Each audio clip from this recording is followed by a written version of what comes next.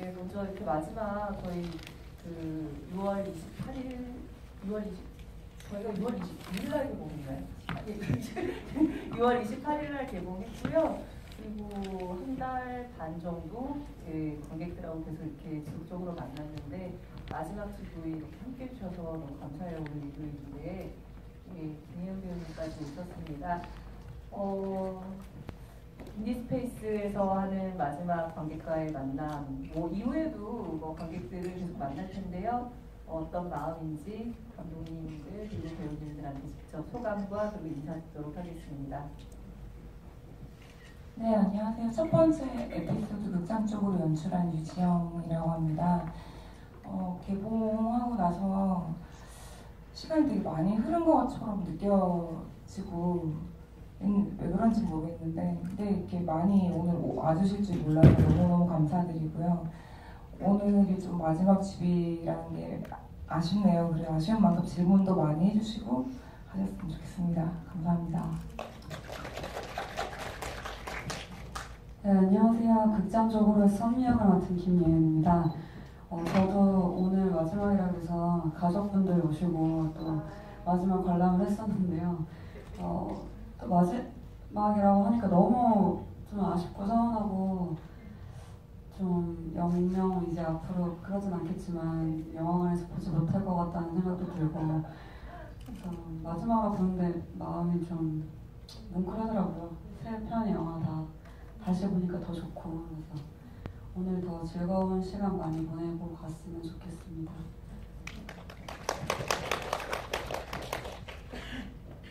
안녕하세요. 세 번째 에피소드 우리들의 낙원 연출한 김태진입니다. 뭔가 앞선 이야기들까지 듣고 그러니까 벌써 저희가 이거 찍은 게 작년 9월이었거든요. 근데 벌써 1년이 이렇게 지났는데 많은 시간들을 돌아보게 하는 그런 자리인 것 같아요. 뭔가 돌아볼 건 없지만 그래도 1년이 지났다라는 게 의미 있는 일이잖아요. 아무튼 이렇게 마지막까지 함께 해주셔서 감사하고 좋은 시간이 되었으면 합니다. 네, 안녕하세요. 세 번째 에피소드 우리들의 낙원에서 은경영 맡은 박현영입니다.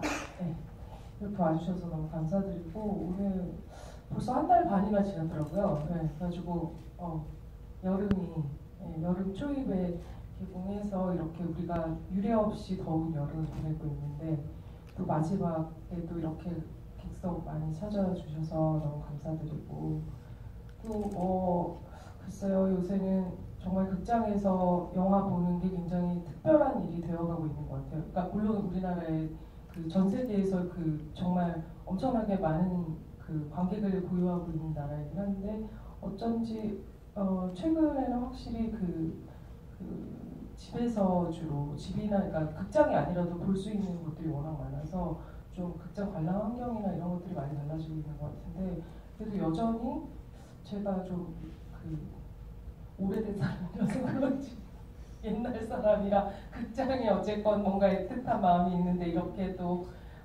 매년 한 편씩이라도 극장에서 이렇게 영화를 상영하고 이렇게 관객분들이랑 만날 수 있는 기회가 계속 올까 항상 되게 기도하면서 살고 있는데요. 그렇게 또 이번에 이렇게 영화극장에서 있어서 여러분들을 만날 수 있는 기회가 있어서 이렇게 참 너무 감사하고 그래서 오늘 마지막 지부이 되게 좀 뜻깊게 좋은 시간 보내고 갔으면 합니다. 네, 찾아주셔서 감사합니다. 네, 이 작품은 저희 서울독립영화제가 본업은 영화제를 개최하는 겁니다. 12월에. 근데 독립영화 제작 환경이 워낙 어렵기 때문에 저희 영화제가 사실 이제 하반기에는 영화제 주기 때문에 바쁜데 상반기는 조금 여유가 있거든요. 그러면 이럴 때 감독님들이랑 같이 영화를 한 편이라도 제작을 하고 그리고 그 작품을 또 관객에게 만날 수 있게 이렇게 개봉을 하면 되게 좋겠다 이렇게 싶어서 저희가 몇 년 전부터 계속 진행을 하고 있는 사업이고 이 작품은 그러니까 5번째 저희가 이제 제작한 장편 옴니버스가 됩니다. 장편 옴니버스를 하면서 여러 감독님들한테 기회를 주기 위해서 단편으로 일단 제안을 드리고요. 그리고 그걸 그냥 머무르는 것이 아니라 개봉을 이제 하게 하는 과정까지 이어지기 때문에 어떤 새 작품의 연관성을 위해서 저희가 주제를 주는데 지난해는 이제 극장이라는 그런 주제를 줬고요. 감독님들도 다 아마 그 단어를 들었을 때 설레었을 거고 아마 관객들도 지금도 그러실 거예요. 뭐 당장 이제 일기장에 쓰라 그러면 다 쓸 말들이 있을 텐데 이 작품 나오고 나서 리뷰들에서도 보면 그런 극장에 대한 감흥, 기억에 대한 글들이 굉장히 많았던 것 같아요. 그래서 뭐 올해 이제 극장에서는 종영이지만 계속 또 볼 수 있고 기회가 있으니까요. 영화 극장에서 떠오를 때마다 그런 리뷰들도 잘 찾아봐 주셨으면 좋겠습니다. 저희 포스터를 쭉 보시면 굉장히 이게 극장이기도 하지만 여름에 관한 영화이기도 해요. 바로 이 시기에 저희가 찍었습니다. 정말 지난해가 그래도 올해보다는 조금 시원했거든요. 다들 그래도 복 받으신 분들입니다. 올해 찍었으면 굉장히 저희 서울독립영화제가 원망을 많이 받았을 것 같은 제작사로서 그런 생각이 드는데 그때 찍었었을 때 과정에 대한 이야기들, 기억 그런 거 조금 더 얘기해 주시면 좋을 것 같습니다. 네, 김태진 감독님부터 저희가 이 작품에 보시면 쭉 이렇게 에스컬레이터 타고 올라오잖아요. 그게 이제 바로 이제 로케이션 장소죠. 이 극장이. 네, 극장 자체는 저 옆에 서울아트시네마이긴 한데요. 고생 많으셨잖아요.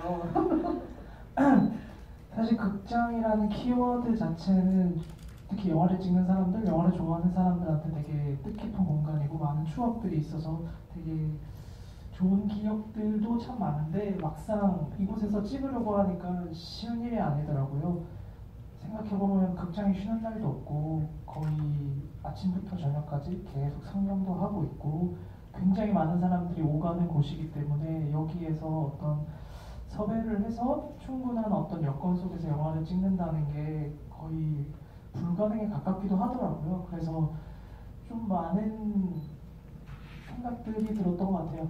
다음번에 시나리오는 절대로 극장이라는 걸 출연하지 않겠다.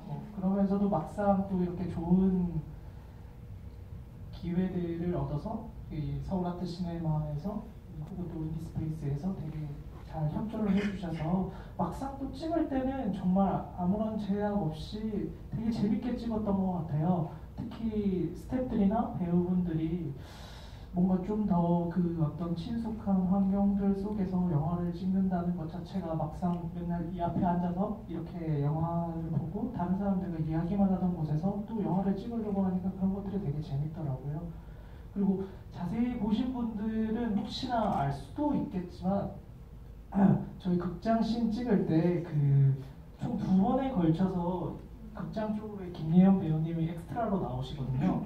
근데 특히 인상 깊은 게 극장에서 영화를 볼 때 그 롱샷을 잘 보면 김예연 배우님이 주무시고 계세요.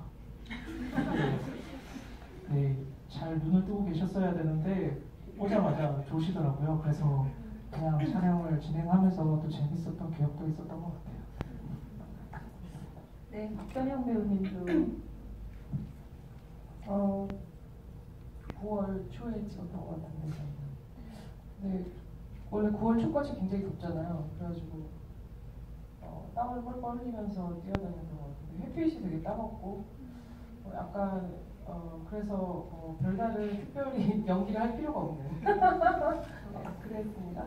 굉장히 힘들고 지친 네, 그런 상황들. 네, 사실 그렇게 힘든 것도 아닌데 그냥 저는 되게 순간적으로 이렇게 제가 눈이 그 햇빛을 잘 못 봐요. 저 1년 내내 거의 선글라스를 쓰고 다녀서 해 굉장히 약한데 막 선글라스 쓸 수 없으니까 그냥 굉장히 어떤 불쾌한 표정이 막 올라오면서 그게 그냥 반사작용으로 그냥 그렇게 나온 거라가지고 그렇게 됐고 극장에서 찍을 때는 정말 약간 비몽사몽 왜냐면 저희가 이제 밤 12시에 시작해서 하루 종일 찍으면서 그 다음날 저녁까지. 그러니까 원래 밤샘 촬영은 되게 많은데 사실 그 중간 밤샘 같이 그걸 뭐라고 그래야 되지?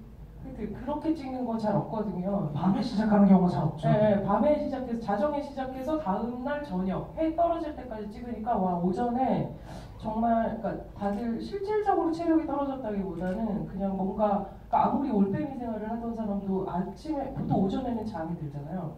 그거를 점심시간까지 계속 저녁까지 가니까 이제 전체 스태프과 배우들이 다 같이 이렇게 그래서 저희가 정말 꿈처럼 영화를 찍었습니다. 그럼 제일 처음 그 자정에 시작했었던 씬이 어떤 씬부터 찍으셨어요?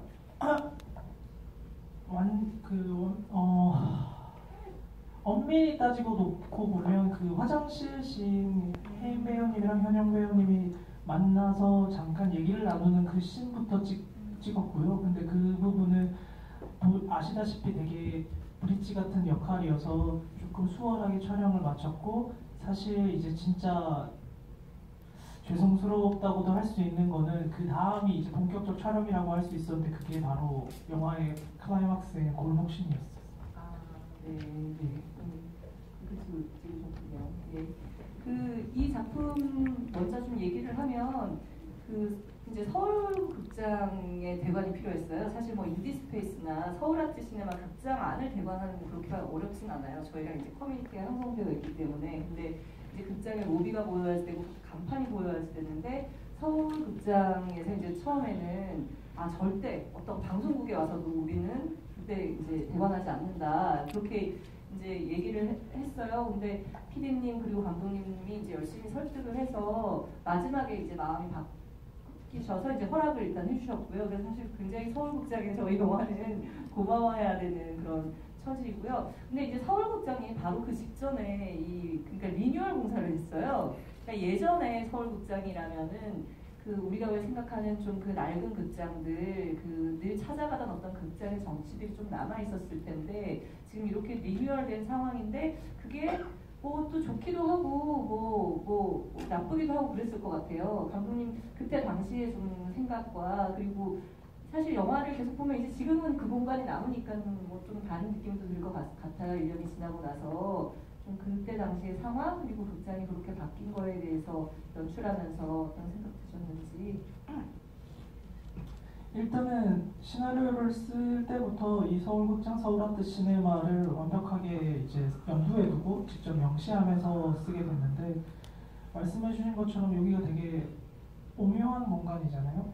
그러니까 서울극장이라고 하는 굉장히 오래된 종로에 이렇게 뿌리 내리고 있는 그 극장 안에 3층에는 서울아트 시네마와 인디스페이스라고 하는 또 별도의 극장이 운영되고 있는 거죠.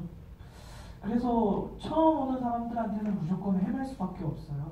특히 이 서울극장의 어떤 내부적인 설계 자체도 굉장히 관객들을 위하기보다는 여러 가지로 이렇게 많은 시간을 거쳐오면서 계속 개조되다 보니까 에스컬레이터를 타고 5층에 갔다가 뭐 예매를 하고 다시 내려오고 뭐 그런 복잡한 것들이 있어서 이 주인공들의 헤매는 과정에 대한 어떤 서사에 이 공간 자체가 굉장히 적합할 거라고 생각을 해서 바로 쓰게 되었는데, 그게 이제 조금 이제 촬영을 할 때는 또 다르게 어려움이 되었어요. 말씀해주신 것처럼 두 곳에서 이거를 허가를 완벽하게 받아야지만 같은 시간 내에 촬영을 할 수 있기 때문에 두 공간이 원하는 시간대와 어떤 조건들이 서로 합치되지 않으면 찍을 수가 없어서 그런 부분 때문에 좀 스케줄이 되게 살인적이게 될 수밖에 없었던 것 같아요.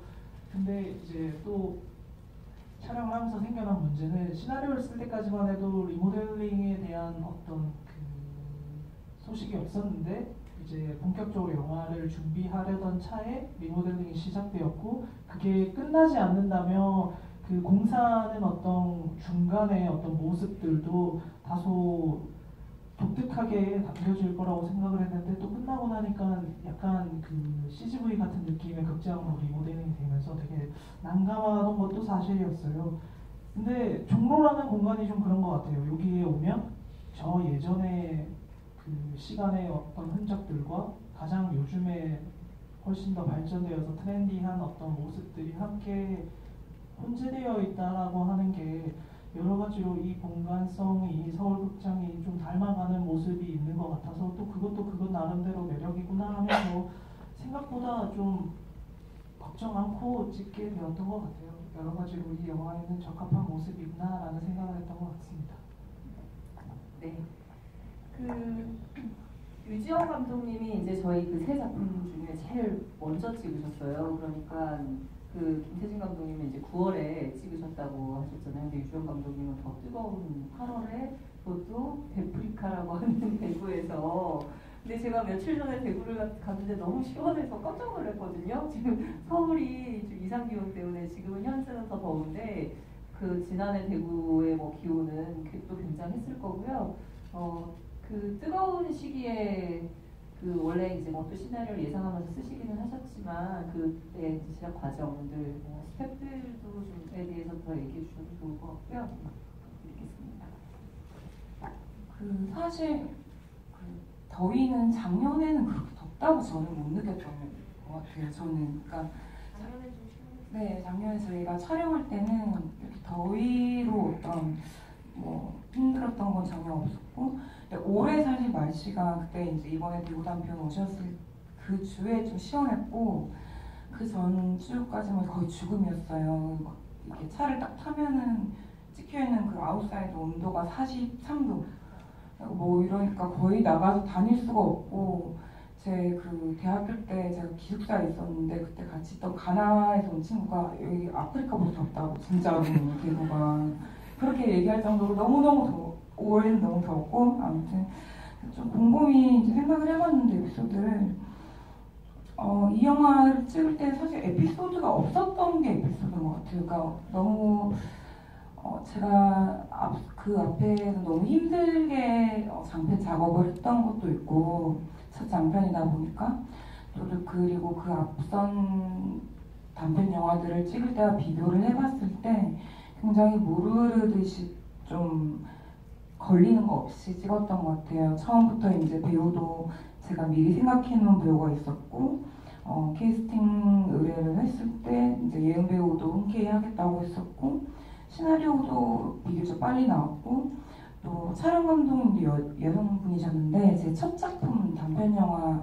고백이라는 영화를 찍었던 분이셨기 때문에 호흡을 또 한번 맞춰본 적이 있고, 또 스태프들은 이제 기술 스태프 말고는 다 대구에서 같이 영화를 하는 친구들이었고, 또 역시 로케이션 역시 제가 다 알고 있던 곳이고, 오호극장 같은 경우는 뭐 거의 직원분들도 저랑 가족처럼 지내고 대구 영화인들이 모여서 이제 글도 쓰고 하는 곳이다 보니 뭐 하나 이렇게 어렵게 뭐 로케이션을 해야 된다거나 사람을 구해야 된다거나 그런 부분들이 없어서 지금 생각해도 좀 놀라울 정도로 가끔 이제 촬영 감독님이랑도 얘기하는데 너무 운이 좋다고, 운이 좋았다고, 아주 이제 정말로 자연스럽고 편안하고 뭐 또 갈등 없는 상황에서 이제 찍었던 기억이 나고요. 너무 다시 이렇게 작업을 할 수 있는 여건이 마련질까 싶을 정도로 너무너무 편하게 잘 찍었고, 개인적으로는 이제 그 저희 총괄 PD 재정주 PD님이 계셨지만 저희 이제 극장 쪽으로 안에서의 이제 PD가 저희 남자친구였는데, 그 수성모시라는 장편을 찍을 때 이제 제작실장을 하고 엄청나게 싸웠었거든요. 그때 그래서 다시는 작업을 안 하겠다 저랑. 근데 이번에 또 PD 할 분이 없어서 막 진짜 사장사장 다시는 막 곤조 부리지 않겠다고 해가지고 부탁을 했는데 엄청 싸운 거예요. 그러니까 진짜 너무 많이 싸우고 중간에는 뭐 진짜로 막 헤어지자 막 이런 말까지 그냥 안 하고 그냥 PD를 그만둬라 이랬더니, PD는 할 거다, 오기가 있어서라도 할 거다, 근데 이거 끝나고 네 남자친구를 그만둘 거다 막 이럴 정도로 진짜 징글징글하게 싸워가지고 저희 남자친구는 이제 이 극장 쪽으로, 너와 극장에서를 끝으로 다시는 영화 쪽에 발도 담그기 싫다고 영화 쪽으로는 내가 PD는 다시는 안 할 거라고 막 이렇게 돌아왔던 게 제일 기억에 남네요. 더 이상 그를 영화에서 볼 수 없게 되었습니다. 아니 근데 그 말씀을 들으니 사실 이게 영화 촬영 현장이라는 게 얼마나 고생스럽고 힘든가 또 생각하게 되거든요. 이런 엄청난 에피소드가 있는데 그럼에도 불구하고 물르듯이 그냥 잘 지내겠다 이렇게 말씀하시니까 남들 앞에서 못 싸우니까 네네. 이제 보기에는 물 흐르듯인데 이제 우리 둘이 있을 때는 엄청나게 싸웠어요. 진짜 아까 왜 그렇게 말했어? 사람들 앞에서 막 감독이라고 PD 무시하냐? 막 이러면서. 네, 그런 그 감독님이 좀 현장에서 카리스마가 좀 있으신가 봐요. 뭐 그런 부분에 갈등이 아닐까 생각해 보고요. 예은 배우님은 또 촬영 때문에 뭐 대구하고 인연이 좀 있으신가요? 예, 그 전에 대구 단편 영화제에서도 뭐 하기도 하고 자주 이렇게 뭐 볼 수 있는데요. 예, 어떠셨는지.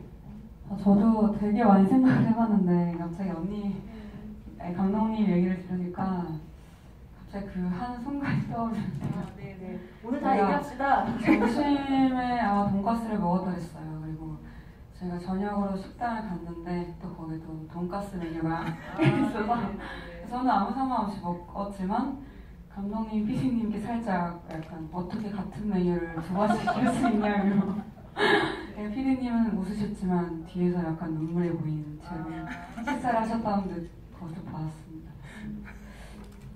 그 돈가스 두 번이 가장 큰 에피소드가 아니었나 라는 생각을 해봅니다. 그 전에 이 작품 외에도 뭐 은하비디오도 대구에서도 찍고 그러셨었잖아요. 근데 이 작품 찍었을 때 이게 뭐 느낌이랄까? 좀 대구하고 굉장히 대구가 고향이시라는 게 아닌가요? 아니요. 부산이 뭐 고향이라고 칠 수 있으면 고향이고 대구는 살았던 적은 있어요. 잠깐. 그리고 근데 대구를 좀 좋아하게 됐고 그리고 뭐 제가 친한 분들도 이상하게 대구 사람이 많고 대구 분들과 좀 잘 만난 것 같고 대구가 갖고 있는 이상한 느낌의 그 열기가 좀 좋은 것 같아요. 이 작품은 김예은 배우하고 그 역할이 너무 잘 어울리잖아요. 정말 그냥 너무 그렇게 어쩜 이렇게 쫙 들어맞을까. 근데 사실 또 그건 이제 감독님이 쓰신 시나리오니까 감독님의 어떤 페르소나로서 또 하기도 했었을 텐데요. 뭐 이 캐릭터가 너무 이게 예은 배우님이랑 잘 어울려서 뭐 이야기는 잘 되었을 것 같기는 한데 그 캐릭터에 대한 이해라던가 뭐 그 부분들은 어떻게 감독님하고 이제 이야기를 나누셨을까요? 뭐 제가 처음에는 감독님 제가 뭐 살을 좀 빼볼까요? 뭐 좀 완전 앙상하게 예민 보스로 가야 되지 않을까요? 시작해서 뭐 아니면 외적으로는 그렇고 뭐 내적으로는 뭐 이런저런 걸 많이 여쭤봤는데 감독님 결국 그냥 너 그대로 했으면 좋겠다라고 하셨고 그래서 그냥 뭐 그럼 저렇게 했던 것 같고요. 또 생각나는 거는 제가 저 당시에 되게 멘탈이 제정신이 아니었던 것 같은 때였던 것 같아요. 근데 감독님이 항상 난 좋은데 왜? 약간 이런 느낌으로 얘기를 해주셔서 뭔가 저 영화를 찍고 나서 일이 더 잘 풀렸던 것 같기도 하고 그때 많이 뭔가 마음의 위로를 받고 치유를 받았던 것 같은 기억이 있습니다. 오늘 또 가족들 오셨잖아요. 저희 그 안동에서 또 오신 제 사촌 언니 그리고 이모 저희 어머니까지 이러면서 인사 한번 해주세요. 와! 사랑해요. 혹시 뭐 실례가 안 되면 영화 보시고 어떤 느낌 받으셨는지 한 말씀 해주셔도 좋을 것 같거든요. 마이크 좀 마이크 좀 갖다 드릴까요? 예.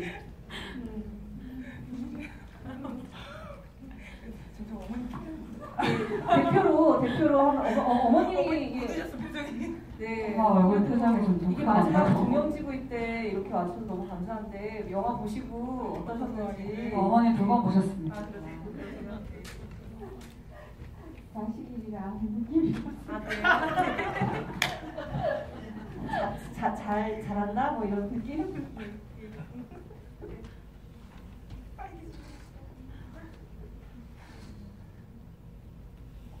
언니 얼굴 색이랑 자석 색깔이 똑같은 것 같아요.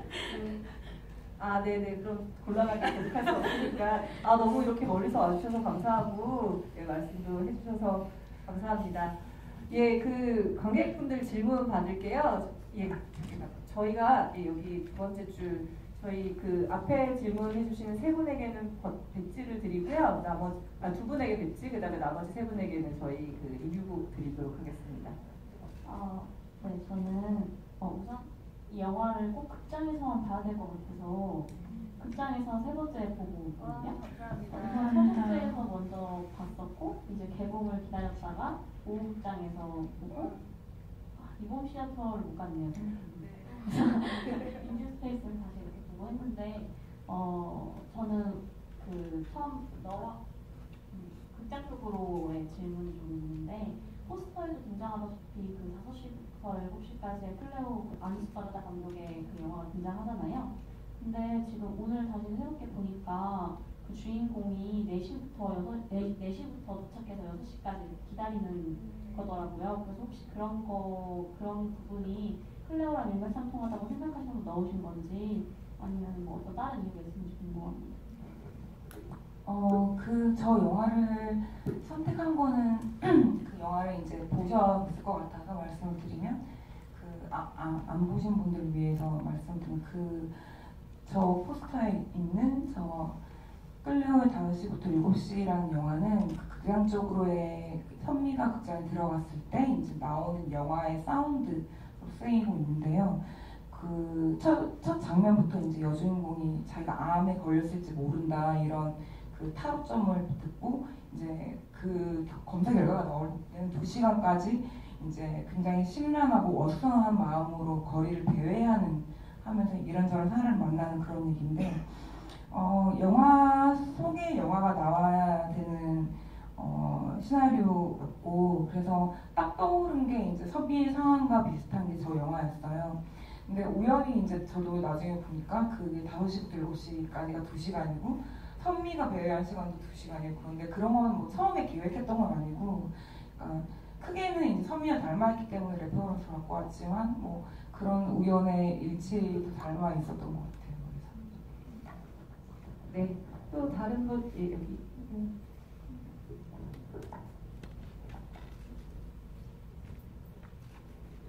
네, 잘 봤고요. 저는 원래 감독님들한테 좀 개인적인 추억이나 그런 있으신 극장을 여쭤보고 싶었는데 워낙 그동안 지구이도 많이 하시고 그래가지고 기사를 검색하는 와중에 다 알게 됐습니다. 그래서 그냥 김예은 배우님이랑 박현영 배우님한테 두 분이 그러니까 저도 아니라 박현영 배우님 아까 말씀하실 때는 좀 연배가 있으셔서 저도 좀 있고 해서 여기 나온 극장들이 예전에 위치가 다를 때도 가보고 그래서 그런 느낌들이 되게 많아서 특히 이 영화가 되게 많이 다가온 부분이 있었는데 제가 정확하게 모르겠지만 김예은 배우님은 오신 분들 중에서는 연배가 조금은 낮으신 걸로 아는데 혹시 좀 요즘에 멀티플렉스 너무 많고 해서 저는 요즘에 극장에서 영화 보면은 영화는 기억이 나도 그걸 어디서 봤는지 기억이 잘 안 나는 경우도 많거든요. 그래서 혹시 김예은 배우님께는 개인적으로 좀 기억에 남는 극장이나 선호하시는 극장이 있었으면 궁금하고요. 박현영 배우님께도 저랑 좀 비슷한 연배이신 것 같은데 혹시 개인적으로 추억이 있는 극장이 있으면 소개해 주시면 좋겠습니다.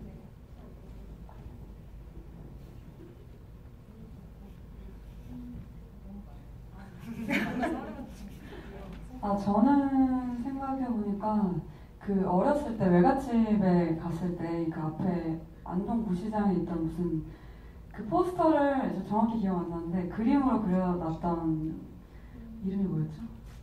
안동극장인가요? 안동극장이라는 뭐 거기에 사촌 오빠들이랑 사촌 언니들이 항상 데리고 가서 할 거 없을 때 그냥 가서 같이 영화 한 편씩 보고 했던 것 같아서 근데 저는 그 포스터를 그림으로 그린 그런 영화관을 처음에서 마지막으로 본 게 거기였던 것 같고요. 그래서 되게 거기 좀 추억이 뭐 지금은 없어졌겠지만 그때 있었고 그리고 뭐 고등학교 때 항상 몰래 가서 봤던 멀티플렉스였던 것 같아요. 프리머스라고 부산에 있는 되게 조그만한 약간 뭐랄까 메가박스 짝퉁 같은 그런 있으니까 죄송합니다. 프리머스가 이제 CGV하고 합쳐져서 지금은 이제 다시 CGV 그래요? 버전으로 돼 있죠. 그 작은 머리에 필름롤을 단 어떤 캐릭터가 나오는 그런 거기도 되게 추억이 있고요. 그리고 자주 가는 곳은 뭐 시네큐브도 많이 가고 집 앞에 롯데시네마, 건대 롯데시네마도 많이 가는 것 같아요. 감사합니다.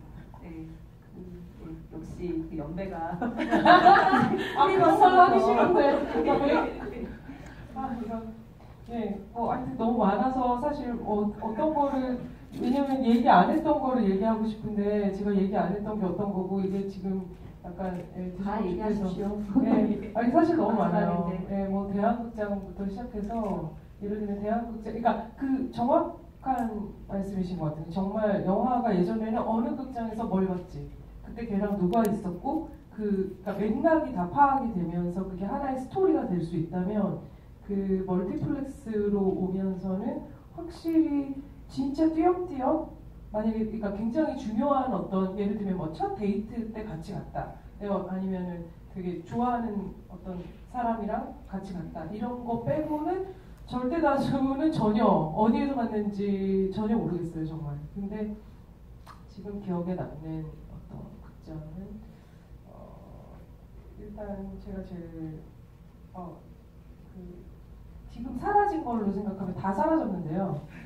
네, 진짜 거의 다 사라졌어요. 그러니까 외관만 남, 대한극장도 외관만 남, 그러니까 그 위치만 그대로고 완전히 달라졌잖아요. 그리고 뭐 단성사가 그나마 남아 있는 건가요?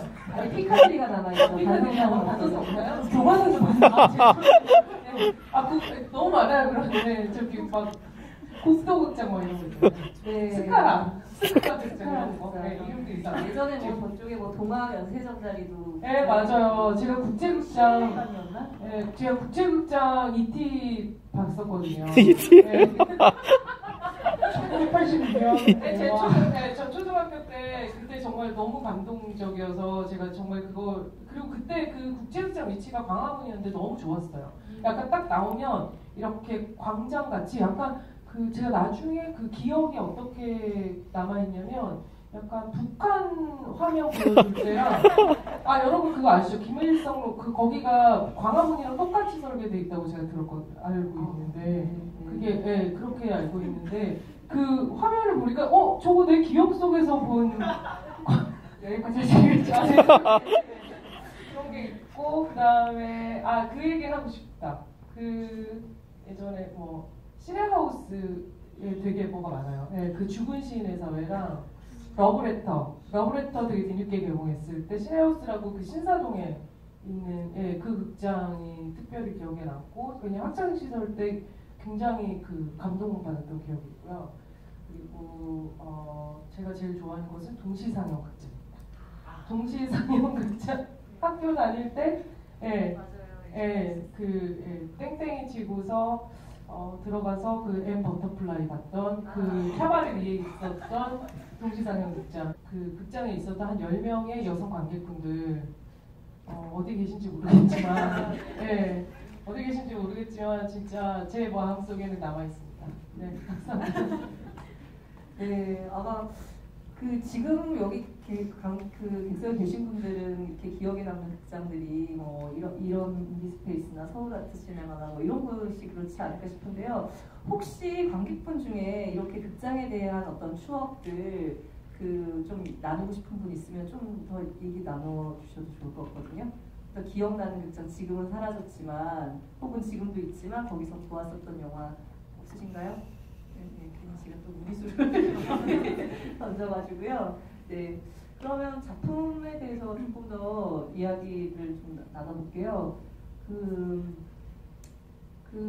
김태진 감독님의 경우는 거기에 이제 오동민 씨 역할, 그 오동민 씨의 역할에 어떻게 보면 감독님이 조금 투영됐을 수 있을 것 같아요. 그리고 굉장히 뭐라 그래야 되나 덕후 용어들이 많이 나와서 저도 처음에 시나리오 읽을 때는 조금 잘 몰라서 우리 스태프들한테도 물어보기도 하고 막 그랬었거든요. 근데 이제 그 오동민 씨가 보면 이제 뭐 공장에서 일하는 그 노동자의 설정이기는 이긴 하는데 또 이제 그렇게 많이 나오지는 않아요. 이 작품에 보면 본인의 그래도 페르소나라고 한다라면 조금 더 작품의 전면에 내세우거나 그럴 수도 있었을 텐데 뭔가 이렇게 꽁꽁 감춰놓는 듯한 느낌 마지막에 뭐 그런 식으로 좀 그 시나리오를 쓰신 것 본인이라고 하면 조금 더 이렇게 나올 수 있잖아요. 근데 다른 사람이 본인을 계속 이렇게 그 주인공에 대해서 이야기하도록 해서 이제 궁금증을 유발하는 형태의 시나리오인 거잖아요.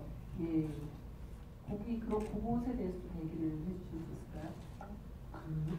오동민 배우님이 분하신 민철이라는 캐릭터는 사실 저와는 일절 관계가 없는 가상의 캐릭터고요. 네. 제가 그렇게 폐쇄적이거나 이렇게 확실하신 거죠? 네.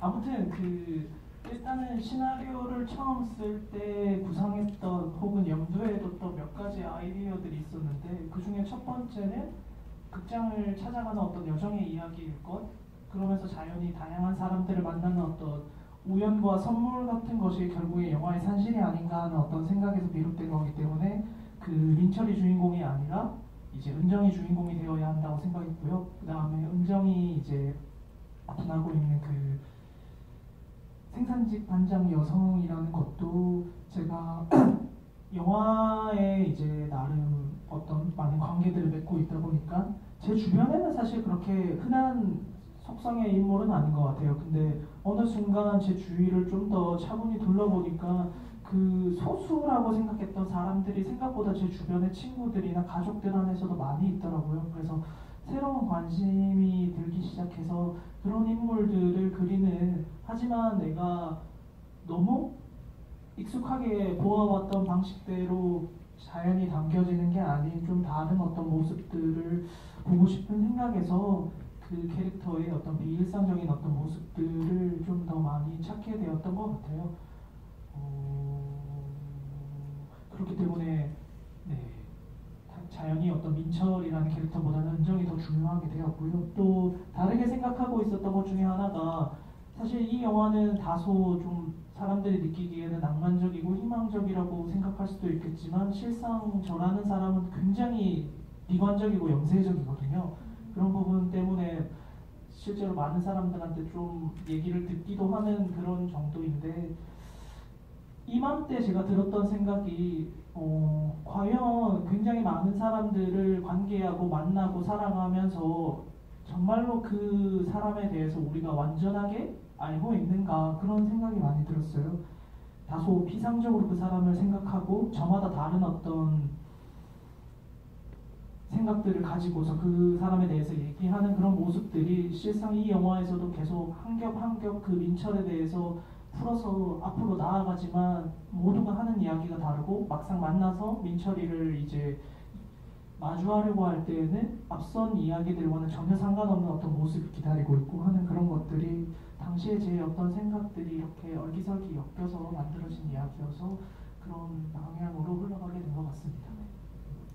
그 이제 시나리오상에서 보면 이제 은정이 굉장히 은정도 팍팍하게 살고 있고, 그리고 되게 예민한 캐릭터로 이제 그려졌었어요. 근데 여기서 보면 박현영 배우님이 그렇게 연기를 하시기도 하지만 또 박현영 배우님이 가지고 있는 이 장점이 있다 보니까 굉장히 또 사랑스러운 모습들이 되게 많이 나왔던 것 같아요. 되게 사랑스럽고 인간적인 모습들이 좀 많이 나왔었는데요. 그 어떻게 해석하셨나요? 이게 보면 되게 자연스럽게 잘 녹여내신 것 같았는데, 아까 이제 말씀하실 때 짜증나고 뭐 그런 상황들을 이제 계속 연기해야 되는 것들이 있었잖아요. 그런데 마지막에 또 이제 민철을 보듬어야 되는 그런 역할들이었는데, 본인의 어떤 그또 뭐라 그래야 되나, 본인의 캐릭터들도 좀 많이 좀 들어갔을 것 같은 생각이 듭니다. 네, 사실은 저는 사실 연기를 할 때 어떤 배우가 결국은 자기를 도구로 하는 거니까 자기 모습이 담기는 게 당연한 거고, 그거를 얼마나 효과적으로 어떤 그 캐릭터 접목을 하는가, 이제 그 부분이 이제 관건이라고 생각을 하고요. 근데 그것이 무슨 제가 이렇게 말씀드리니까 마치 계획을 해서 자 여기에서 이 레시피에는 이것을 빼고 이것을 첨가하고 뭐 이런 식, 그렇게는 사실 할 수가 없고, 저는 이제 몰라요. 저는 그런 테크닉은 없고요. 다만 그러니까 굉장히 그 인물과 만날 때 그 인물을 결국 만나야 되는 거죠. 그러니까 다가올 때까지 이제 기다려야 되는 건데, 그러니까 이렇게 말하니까 또 이것도 참 뭔가 있을 거, 되게 그럴 듯한 얘기, 그런 거 아니고요. 예, 그런 거 전혀 아니고요. 예, 그런 판타지 그런 것은 전혀 없고요. 이건 저에게 국한된 말씀이고요. 뭐 저는 제 개인 경험밖에 말할 수가 없으니까. 근데 저는 이제 일단 시나리오 읽었을 때 제일 관건은 이제 은정이라면, 제가 아까 되게 편안하게 연기했다고 말씀드렸는데, 그러니까 제가 애쓴 거는 단 하나였던 것 같아요. 은정이 사람들을 만날 때, 그러니까 이미 진짜 물리적으로건 그 영화 여건상도 제 연기를 도와주도록 이미 설계돼 있어요, 환경은. 그러니까 이미 지쳐 있다는 거죠. 지쳐 있는데 은정이 중요한 거는 은정은 절대 지친 티를 내려고 하지 않을 거라는 것이 저는 이제 은정이 갖고 있는 제일 주요한 어떤 에센스라고 생각했어요. 왜냐하면 우리가 직장 다니고 이거는 뭐 누구든 마찬가지인 것 같아요. 우리가 직장이나 그 사회에서 강자들이 살아남잖아요. 사람들은 사실 연약한 거를 되게 연민하고 불쌍하게 여길 거라고 생각하지만 웰컴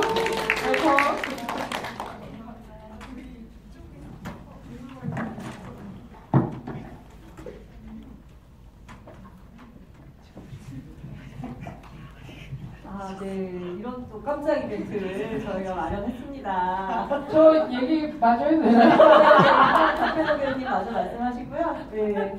간단하게 얘기하기 네, 그건 것 같아요. 그러니까 여기서 중요한 거는 그러니까 우리가 진짜 보통 때 나와 상관없고 내 일과 상관없을 때는 연민도 하고 동정심도 느끼고 측은지심도 잘하고 되게 잘 배려하는데 그 일이나 자기의 어떤 이익과 관련됐을 때 굉장히 냉혹해지잖아요, 사람들이 다. 뭐 특별히 나빠서가 아니라 제 생각에는 어떤 포지션이라는 게 그런 것 같아요. 예, 우리 그 현대인의 삶이라는 게 우리가 굉장히 여러 가지 가면을 갖고 있는 것이 일상화돼 있고, 그래서 은정 또한 그럴 수밖에 없다. 그래서 직장인 상사로서의 은정이랄지, 그 다음에 그 자기 생활을 책임진 생활인으로서의 은정은 그 현실에서 어떤 지치거나 약한 티를 낼 수 없고, 그래서 언제나 그런 어떤 갑옷으로 무장해 있었다면 이 친구들이랑 전혀 관계없는, 일과 관계없는 그 친구들과의 만남이랄지, 이제 그 다음에 극장이랄지 그 생활을 벗어난 그 공간에서 이 여자가 비로소 약간 어떤 인간적인 부분들이 드러날 수밖에 없다. 저는 이제 그런 식으로 봤습니다. 네. 그 사실 이제 뭐 억척스럽게 그 직장 생활을 하고 그러다 보면은 이제 그 자기를 이제 돌아보기가 되게 쉽지 않잖아요. 그냥 계속 일하고 그냥 가정 돌보고 뭐 이런 것들을 이제 일반적으로 보니까요. 예, 네, 이야기하고 있는 와중에 또 이태용 배우님이 마치 새가 날아들듯이 저희가 예, 시간 생각하셨다고 하는데 일단 박수 한번 맞춰주시고요. 저는 이제 좀 불안불안 얘기 나누고 있었는데 일단 관객분들한테 조금 지금 대구에서 또 특별전 또 배우 목격담 진행하고 계셔서 아마 또 왔다 갔다 하시고 그러셨을 것 같아요. 예, 뭐 근황도 말씀해 주시고 인사도 좀 부탁드리겠습니다. 영광스럽게도 배우 목격담에 참여하게 돼가지고 참여하게 돼서 이제 오늘 대구에서 올라왔거든요. 그래서 지부이가 이제 상영이 이제 4시니까 뭐 이쯤 가서 5시에 가면 되겠다 약간 이런 생각으로 서렁서렁 오고 있었는데 이제 연락이 와서 되게 시겁해가지고 빨리 왔어요. 그래서 오늘 마지막으로 이렇게 지부인데 늦어서 너무 죄송합니다. 네, 지금 계속 얘기 나누면 되니까요. 제가 지금 질문 받다가 또 중간에 한번 얘기해가지고요. 질문 더 준비하신 분 있으시면 좀 들어주세요. 예.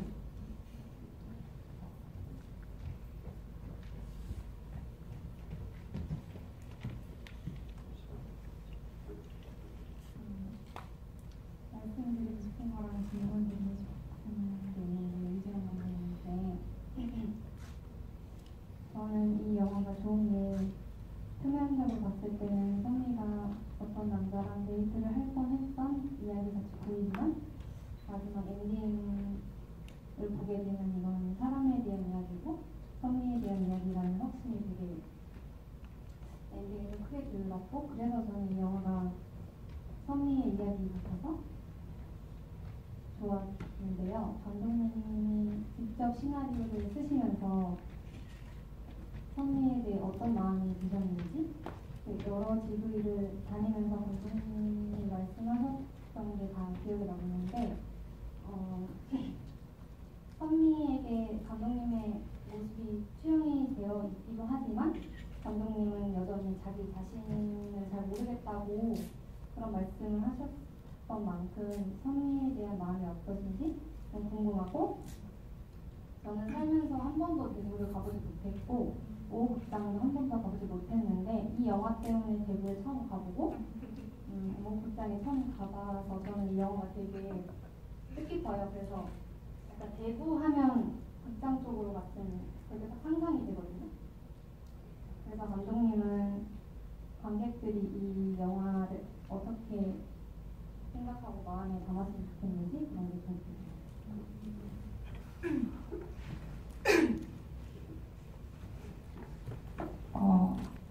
먼저 이 영화 때문에 대구에 와주시고 또 이 영화를 통해서 대구를 기억해주시고 대구를 이 영화로 기억해주시고 그런 것들이 너무나 감사드리고 감동적입니다.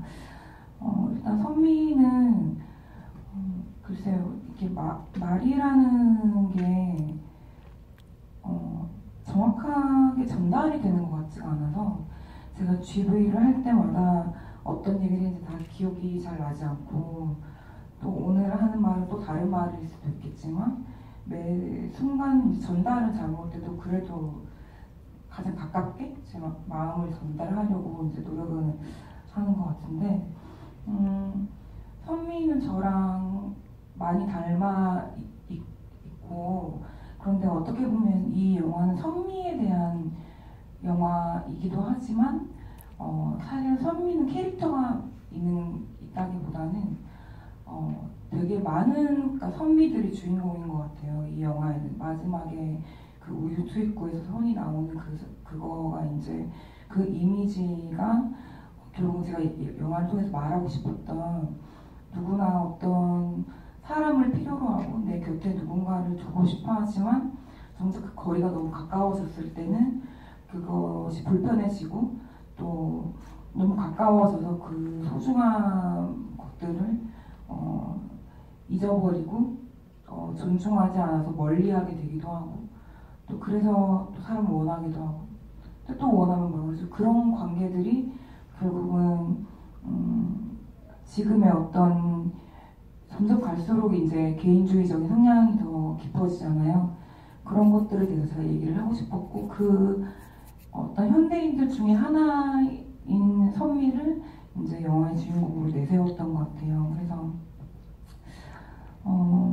글쎄요 또 요즘에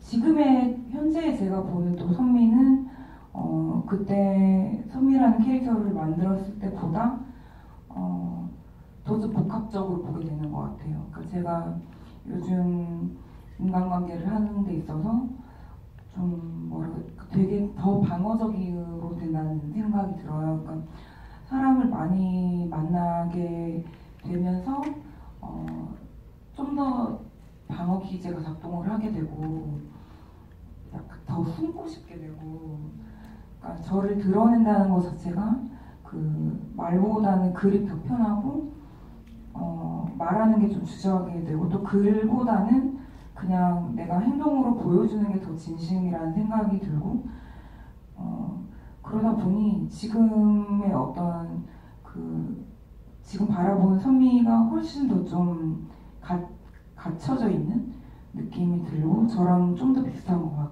같다는 생각이 들고 또 관객들에게 이 영화가 글쎄요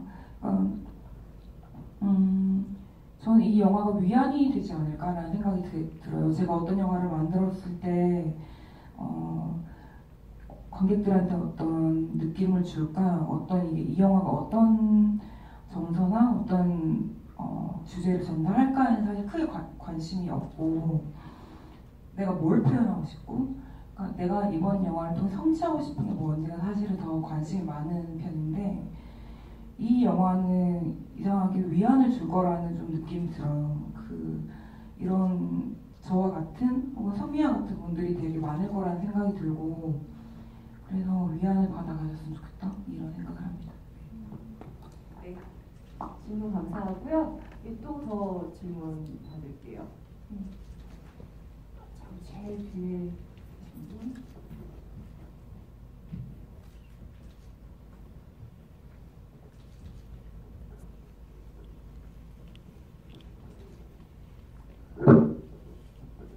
안녕하세요. 우선 영화 정말 재밌게 잘 보았고요. 저는 이제 대형 상업 영화보다도 독립 영화를 진짜 좋아하는 독립 영화 덕후여가지고 이제 너와 국장에서를 이제 개봉 소식 때부터 꼭 보고 싶었는데 이제 미루다 곧 종영한다는 소식을 듣고 이제 이 기회를 놓치면 안 되겠다고 생각해서 급하게 예매해서 보러 오게 되었는데요. 이제 지금까지 이제 많은 분들이 영화 내용이나 촬영 현장의 에피소드에 관한 질문이 대부분이었는데 이제 갑자기 조금 대답 주시기 이제 난해한 질문을 드리는 것 같긴 한데 제가 어렸을 때부터 영화 쪽으로 진로를 잡고 싶어서 유지영 감독님과 김태진 감독님처럼 항상 연출을 하고 싶었고 감독이 되고 싶은 게 꿈이었는데 이제 여러 가지 사정으로 영화과가 아닌 상경계 전공으로 또 다소 부실한 지역 미디어 센터 영화 워크숍을 전전하며 이제 다시 영화과 대학교를 재수할까 아니면 졸업 후 영화과 아카데미나 대학원을 준비할까 고민을 하며 이제 졸업을 앞두게 되는 상황이 오게 되었어요. 그래서 이제 저만 이런 상황에 있나 생각했었는데 이제 많은 저의 주변 친구들이 그런 학생들이 참 많더라고요. 그래서 이런 학생들에게 혹시 조언을 주실 수 있다면 어떤 조언을 주실 수 있는지 한번 말씀 부탁드리겠습니다. 네. 이렇게 꼼꼼하게 그렇게 적어서 정리해 주셔서 감사하고요. 그럼 이 질문은 김태진 감독님하고 유지영 감독님이 두 분 다 해주시면 좋을 것 같아요. 우선 그 상업영화보다 독립영화를 더 사랑해 주시는 그 마음 굉장히 옳다고 생각하고요. 글쎄요, 저는 이제 대구에 있으면서 독립영화를 하다 보면은 이제 상업영화와 다르게 제가 항상 얘기하는 게 세컨잡이 있어야 된다. 왜냐하면 돈을 제 일상적인 생활비는 벌어야지 그래도 글을 쓸 수 있기 때문에. 근데 제가 이제 세컨잡으로 갖고 있는 게 인문학 교실에서 영화를 가르치거나 간간히 들어오는 어떤 대학교나 이런 특강에서 또 영화에 대한 얘기를 하거나 또 개인적으로 시나리오 강의도 하고 있고. 그래서 지금 질문 주신 분 같은 분들을 많이 만나고 또 그런 질문을 굉장히 많이 받아요. 근데 정답은 없는 것 같아요. 왜냐면 저 역시 영화가 너무너무 하고 싶어서 저는 미대였거든요. 그래서 거기다 심지어 대구였고 대구에는 영화과도 없고 그다음 지금은 영화를 하는 사람이 되게 많았지만 그때는 영화를 하려고 필름메이커스 이런 데 올리면 막 서울에서 연락이 오고 막 이랬었어요. 부산에서 연락이 오고. 그래서 정말 내가 영화를 하려면 서울에 가야 되겠구나 이런 생각을 하고 왔었고 또 어떻게 하다 보니까 또 영화 아카데미라는 영화를 전공으로 하는 데를 들어왔고 그런데 저는 영화를 전공하지 않은 상태에서도 영화를 만들었었고 영화를 전공하고 나서도 영화를 지금 만들고 있지만 영화과를 나오지 않는 거는 전혀 상관이 없는 것 같아요. 영화 감독이 되는 것과는. 그러니까 서울은 얼마나 좋아요. 내가 촬영을 배우고 싶다 하면은 미디액트 말씀하신 것처럼 그런 교육 프로그램을 통해서 내가 촬영을 배울 수도 있고 편집도 그렇고. 근데 대구에는 그런 게 없거든요. 그래서 내가 배우고 싶은 것들을 배우는 게 중요한 것 같고 기술적인 것들은 가장 중요한 거는 나라는 사람이 어떤 사람인지 결국 영화는 생각하는 직업인 것 같아요. 내가 하고 싶은 얘기는 뭐고 이거를 왜 꼭 영화를 통해 만들어야 되는지 두 가지인 것 같아요. 첫 번째는 내가 어떤 사람이고 그래서 이 영화는 나만이 할 수 있는 개성이 있는가에 대한 나에 대한 끊임없는 탐구인 것 같고 물론 사회에 대한 탐구도 중요하겠지만 우선적으로 나에 대한 탐구가 이루어져야 될 것 같고 두 번째는 왜 영화인가. 내가 글을 쓸 수도 있고 음악을 할 수도 있는 거고 그림을 그릴 수도 있는데 하필 예술이라는 장르 중에서 왜 영화를 하고 싶은 건가. 영화라는 매체를 통해서 내가 이 창작이라는 걸 풀어내고 싶은 그 이유는 뭔가에 대한 고민이 필요한 것 같아요. 그 두 가지가 가장 중요하지. 그런 다음에 내가 영화를 하다가 뭔가 부족하다 싶으면 제가 아카데미 다닐 때만 해도 결혼해서 아기 아빠였던 동기도 있었고 10년 동안 이제 충무로에서 고등학교밖에 나오지 않고 그냥 바로 이제 영화 춤으로에 뛰어들어서 하다가 매너리즘에 빠져서 이제 영화과에 온 오빠들도 있었고, 뭐 너무 잘 나가는 4대 진짜 무슨 건축학과를 나와서 건축 설계사 다니다가 연봉 뭐 1억 가까이 받다가 온 친구도 있었고, 유리 선생님도 있었고, 그러니까 너무 다양해요. 그러니까 그런 것들은 내가 어느 정도 영화를 찍고 하고 하다 보면은 영화과에 가고 싶다는 생각이 들 때가 하면 될 것 같아요.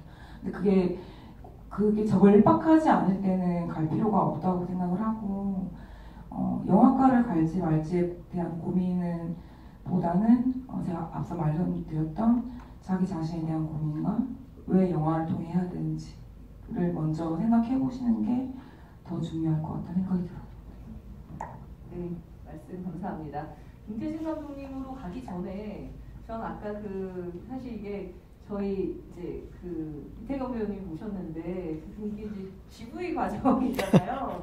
저희가 지난번에 한번 이공시어터에서 이 두 번째 작품만 가지고 GV를 한 적이 있는데 너무 좀 재밌더라고요. 이 GV에 대한 영화를 또 이렇게 GV를 하니까 만약에 요즘은 그 영화에서 정가영이 나왔으면 나왔으면 뭐라고 얘기했을 것 같나요? 한번 잠깐 쉬어가면서 그 다음에 김태진 감독 얘기 들어보겠습니다. 이런 질문이 왔으면 어떻게 했을까요?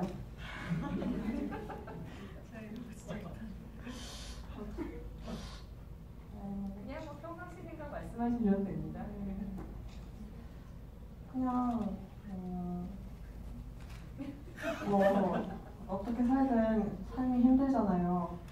그러니까 좋은 걸 선택하든 그래도 싫은 걸 선택하든 똑같이 힘든데 이왕이면 조금 더 좋은 걸 선택해서 이렇게 힘들게 낫지 않을까. 그리고 뭐 항상 좀 그런 것 같아요. 뭐 좋은 일만 있을 수도 없고 계속 그러니까 기분이 좋을 수만은 없고 또 나쁜 일만 있을 수도 없고 좀 힘든 일 그러니까 스스로 힘든 감정을 겪었으면은 그냥 이것도 어차피 지나가니까 뭔가 계절 이렇게 바뀌는 것처럼 또 바뀌어서 또 좋은 감정을 또 느낄 수 있겠지 하면서 스스로의 그 패턴을 좀 파악하다 보면은 좀 사는 게 그래도 조금 덜 피곤해지는 것 같아요.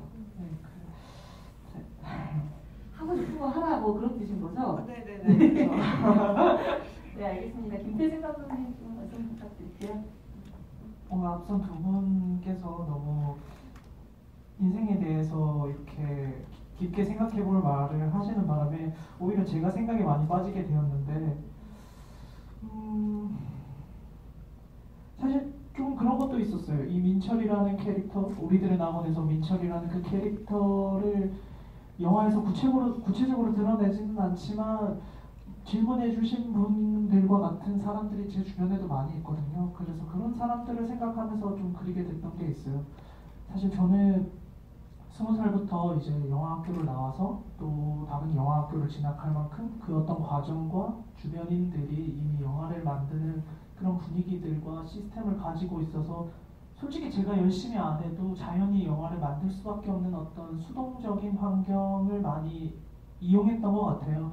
근데 막상 영화를 더 하고 싶은데도 이런저런 사정에 의해서 그걸 하지 못하는 어떤 사람들을 볼 때 그게 참 안타깝기도 했었는데 좀 더 지나고 생각을 해보니까 하나 확실해지는 것은 그 영화를 정말 만들고 싶은 사람은 결국 언젠가 만들더라고요. 그게 언제인지는 제가 말을 이렇게 할 수는 없지만 제 아무리 자기가 막 여러 가지 사정에 의해서 이루지 못하고 미루다 보다 보면 뭐 많은 시간이 지날 수도 있겠지만 사실 저는 또 그런 게 좀 있는 것 같아요. 언제 만들겠다, 언제 무언가를 이루겠다라는 그런 생각은 최초의 어떤 갈망에 존재하지 않았던 것이거든요. 처음에는 그냥 만들고 싶다였으니까 그게 언제 만드느냐, 또 무엇을 이루느냐는 없었던 거잖아요. 그렇기 때문에 나중에라도 자연히 정말 만들고 싶다면 그것들을 만들게 될 거고 그게 어떠한 괄목할 만한 성과나 혹은 내가 원했던 시기에 이루지 못한다고 하더라도 큰 의미는 없는 것 같아요. 그래서 좀 마음을 편히 또 정말 들끓는다면 실행으로 옮기셔서 그게 어떤 다른 사람들과 견주어 봤을 때 뭔가 다르다거나 이상하다거나 그런 생각을 가지지 않고 결심해서 하셔도 좋을 것 같다는 생각이 듭니다. 굉장히 뭉클한 말씀을 김태진 감독님은 아침 방송에 좀 고정으로 청소년들에게 이렇게 용기를 주는 꼭 이 말씀 듣고 하고 싶은 작품 하셔서 또 같이 만날 수 있으면 너무 좋겠습니다. 이제 질문은 제가 한 분에게만 질문 더 받으려고 그러고요. 그 전에 우리 태경 배우님 오셨으니까 배우님 정가영이라는 역할을 하는 게 쉽진 않았을 것 같아요. 감독이 옆에 있고 저분의 어떤 살아있는 물론 시나리오긴 하지만 캐릭터를 집어넣어야 될까 여러 가지 고민이 좀 있었을 텐데요. 어떠셨는지. 이름도 사실 그냥 정가영 감독님 이름을 따로 그냥 은영이 이런 이름으로 하면 좋았을 텐데 거기 나와도 정가영 이렇게 하셨잖아요. 네네.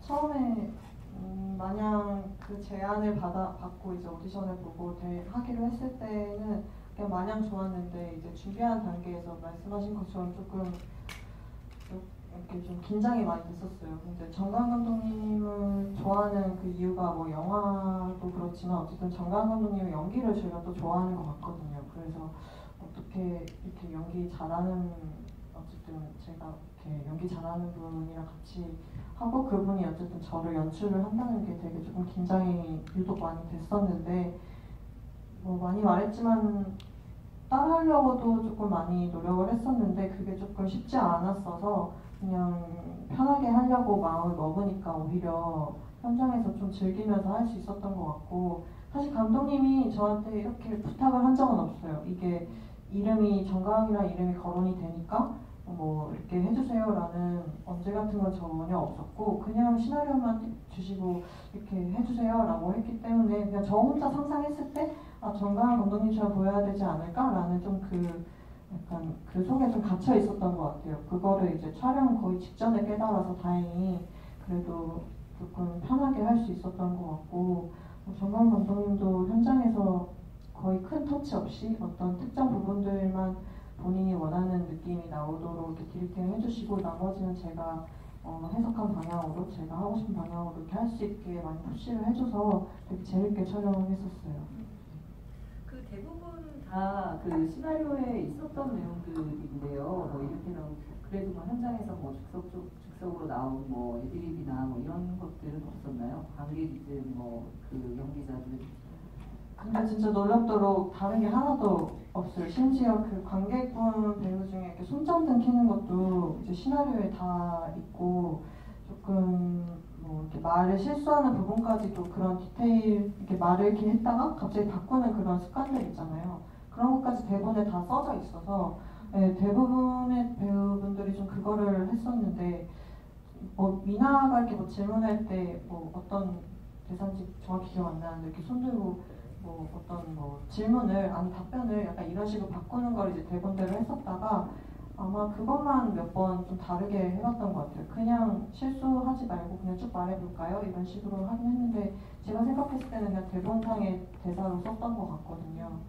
그 작품에 어쨌든 하이라이트 씬은 이렇게 총으로 이렇게 쏘는 장면이잖아요. 그리고 쏘는 장면도 조금 뭔가 이렇게 극적으로 해야 될 것 같은 그런 부담도 있었을 것 같고요. 이게 좀 합이 맞아야 됐었기 때문에 장면 찍을 때 조금 어려웠었던 부분도 있었을 것 같은데요.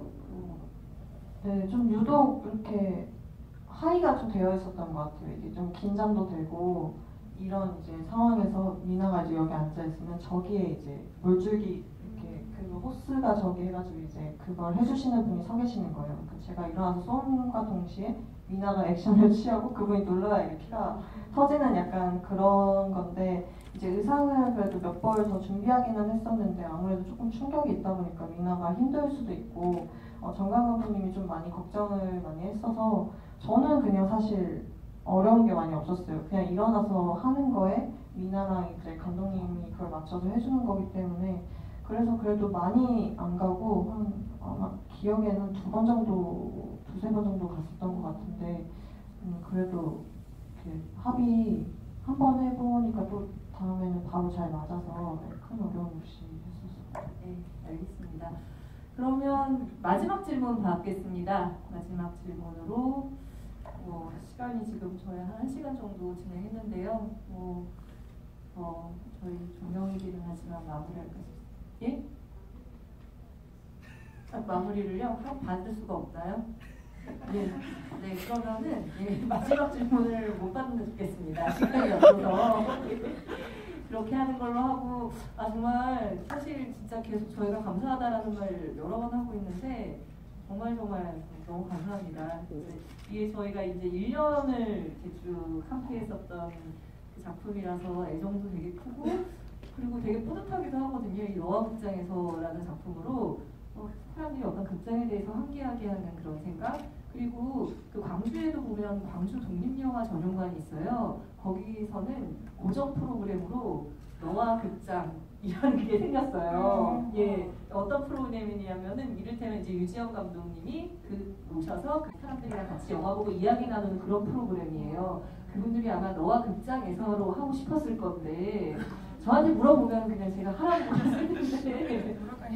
네, 맞습니다. 예, 근데 굉장히 이렇게 너와 극장에서 좋아해 주시는 분들이 많고요. 영화라는 게 매력이 그렇잖아요. 어쨌든 만들어지고 이건 평생 남는 거잖아요. 영원히 우리 계속 사람들에게 기억이 남고 또 꺼내볼 수 있는 작품이니까 좋은 작품들 만났을 때마다 또 너와 극장에서 생각해 주시고 또 생각나면 다운로드도 좀 받아주시고 그러면 좋을 것 같아요. 오신 우리 감독님, 배우분님들한테 마지막으로 좀 소감 말씀 그리고 인사 말씀 듣고요. 못다한 얘기 있으면 또 해주시면 좋겠습니다.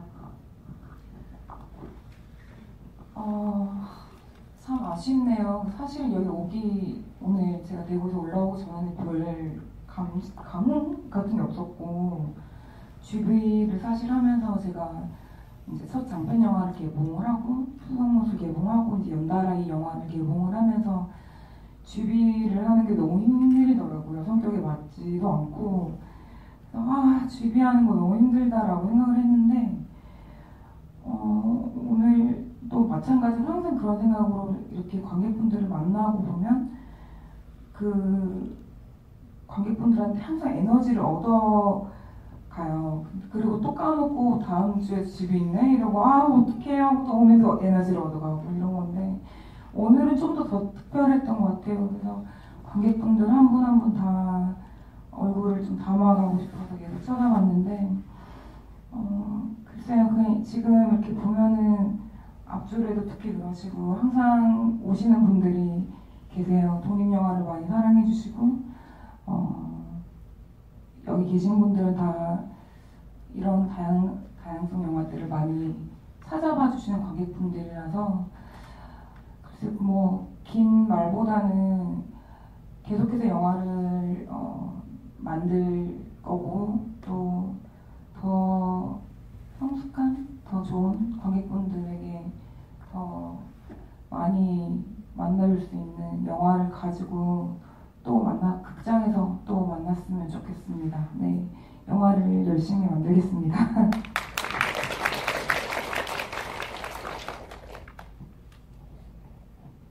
저도 생각해보니까 GV를 항상 다니면서 힘도 많이 받고 있는데 엄청 오랫동안 저희가 많이 만나고 했던 것 같아서 저번에가 마지막인 줄 알았어요, 저는. 그리고 하고 나서 이게 마지막이었구나 이러고 그냥 뭐지 이렇게 허망하게 끝나는 건가 하다가 갑자기 연락을 받고 또 별 생각 없이 왔는데 영화를 보고 여기 앞에 와서 이런저런 얘기를 하는데 문득 제가 되게 좋아하는 영화 감독님들, 배우분들과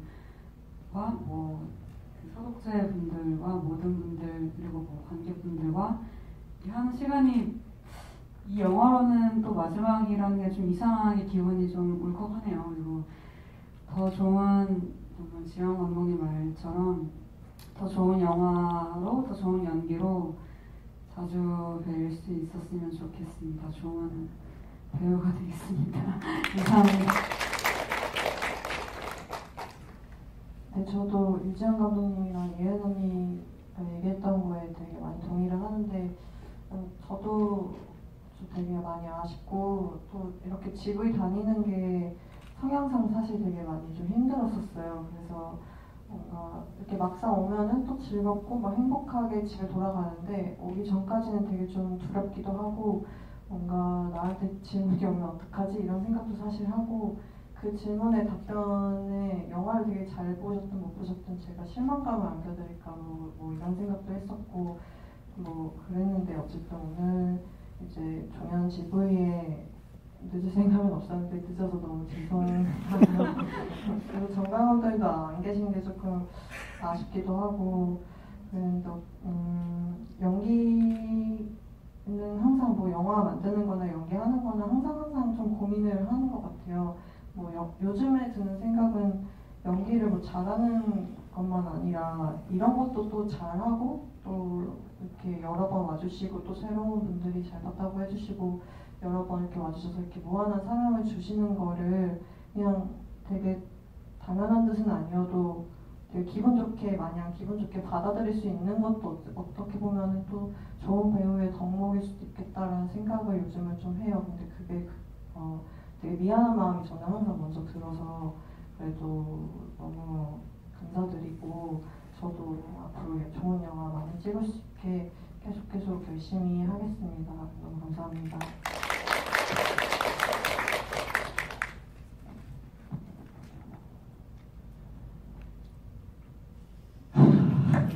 뭔가 할 이야기들이 많이 사라져 버려가지고 되게 난감한 느낌이 좀 있는데 일단은 이 영화이기 때문에 얘기를 하고 싶은 한 가지가 극장에 대한 영화잖아요. 근데 아까 질문해 주신 분도 그렇지만 극장에 대한 어떤 존재의 가치가 많이 사라지고 있다는 어떤 느낌들이 드는 것 같아요. 정말 극장이 그렇게 퇴보되고 있다기보다는 관객들에게서의 극장이라는 어떤 의미들이 많이 무너지지 않는 것은 아닐까. 그런데 과연 그 흐름들이 자연히 흘러갔을 때 또 그게 또 자연스럽고 당연한 것이라고 받아들이면서 되게 좋아할까? 그런 생각도 많이 들어요. 말씀해주신 것처럼 좋은 극장들이 있었는데 그 극장들이 계속 사라지고 있잖아요.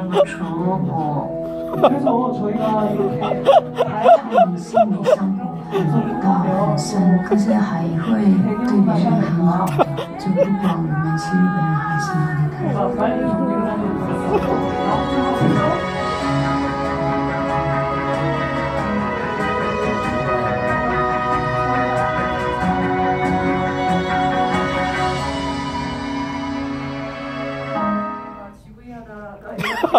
구체적인 좀 상황이 나와가지고 처음이었네요. 예. 네, 감사합니다. 네. 박태환님 부탁드릴게요. 정말 재밌네요 오늘. 네, 마이크가 안 꺼졌습니다. 너무 좋은데요? 이거 정말 추억이 있고 뭔가 어떤 에피소드가 만들어진 것 같아서 너무 즐거운데 여러분 함께 해주셔서 너무 감사하고요. 예, 다음에 또 극장에서 뵙겠습니다. 감사합니다.